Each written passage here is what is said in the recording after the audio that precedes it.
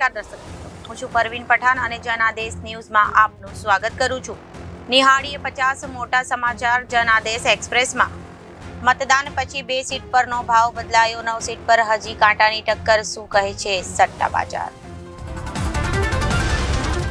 યુપીમાં સીઆરપીએફ જવાનનું મોત. બંગાળમાં બીજેપી ઉમેદવાર અને ટીએમસી સમર્થકો વચ્ચે ઘર્ષણ. 9 વાગ્યા સુધી 10.28% મતદાન થયું.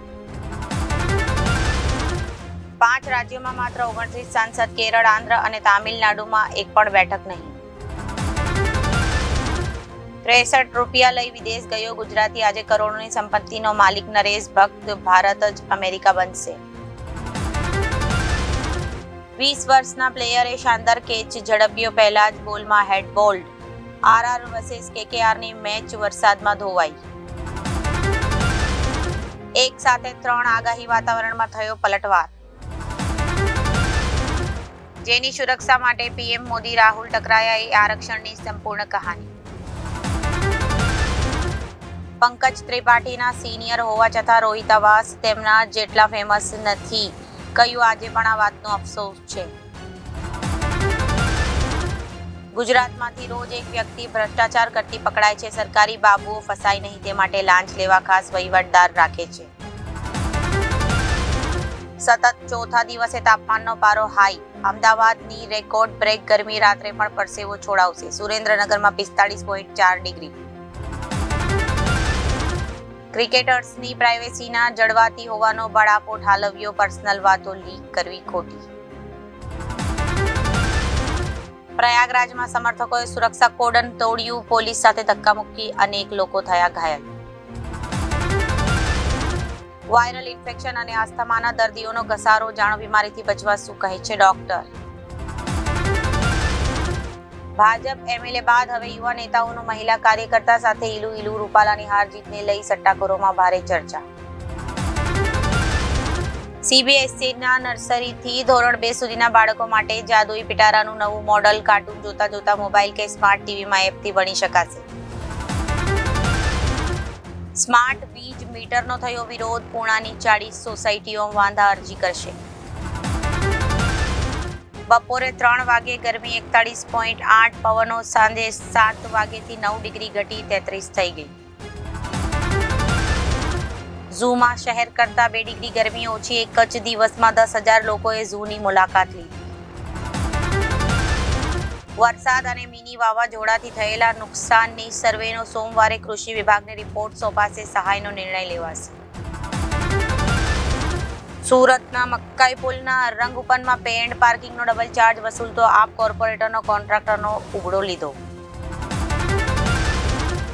ભારતીય નાગરિકતા મેળવ્યા બાદ અક્ષયે પહેલીવાર મતદાન કર્યું. રાજકુમાર રાવ, જાહ્નવી કપૂર અને ફરહાન અખ્તર પણ જોવા મળ્યા. અરજીમાં કહ્યું ચર્ચા વિના જ બિલ પાસ કરવામાં આવ્યા ત્યારે મોટાભાગના વિપક્ષના સાંસદો સસ્પેન્ડ હતા. વડોદરા 44/2016 બાદ મે માસનો 8 વર્ષનો હોસ્ટેજ દિવસ. લાઇટો ચાલુ કરાવવા માટે મધરાતે સબ સ્ટેશનો પર રહીશોના ધામા. ડોર ટુ ડોર કચરાની ગાડી દરવાજે ઊભી ન રાખતા મહિલાઓ સહિતના ટોળાઓએ ચાલકને ધોઈ નાખ્યો. સ્થાનિક વિદ્યાર્થીઓને એમએસયુમાં સમાવવા ફતેગંજ સયાજીમાં પત્રિકા વેચાઈ. બંને ટીમને 1 પોઈન્ટ મળ્યા. કેકેઆર એસઆરએચ વચ્ચે ક્વોલિફાયર 1 અને આરઆર આરસીબી વચ્ચે એલિમિનેટર રમાશે. બેડમિન્ટન સ્પર્ધામાં બાળ ખેલાડીઓની કસોટી એસી વગર ગરમી ઓગતી હેલોજન લાઇટમાં રમવા મજબૂર થયા. કેદારનાથમાં ભીડ. ફૂડ સપ્લાય ખોરવાયો. શહેરના 34 યાત્રી 44 કલાકે દર્શન પામ્યા. ડેપ્યુટી મેયરની સૂચનાથી મનીષા ચોકડી પાસેનું સર્કલ અન્ય સંસ્થાને પધારવાની પેરવી. સુરેન્દ્રનગરના જોરાવર નગરમાં 3 મહિનાની બાળકીને શરદી તાવ આવતા ભાવુએ ડામ આપ્યા. સારવારમાં થયું મોત.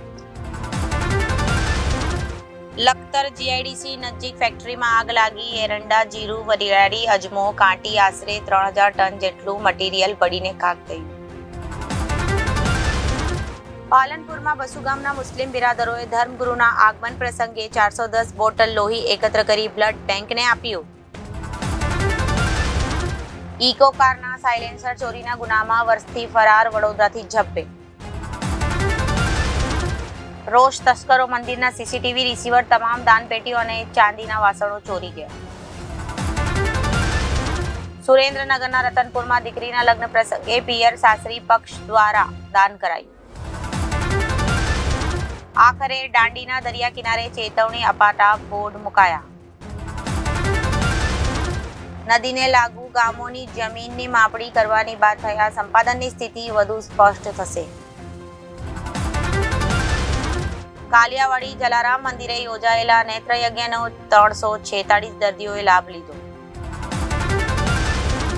40થી વધુ નાટકો વચ્ચે શ્રેષ્ઠ સ્ક્રિપ્ટમાં નવસારીનું નઝમકાર વિજેતા બન્યું.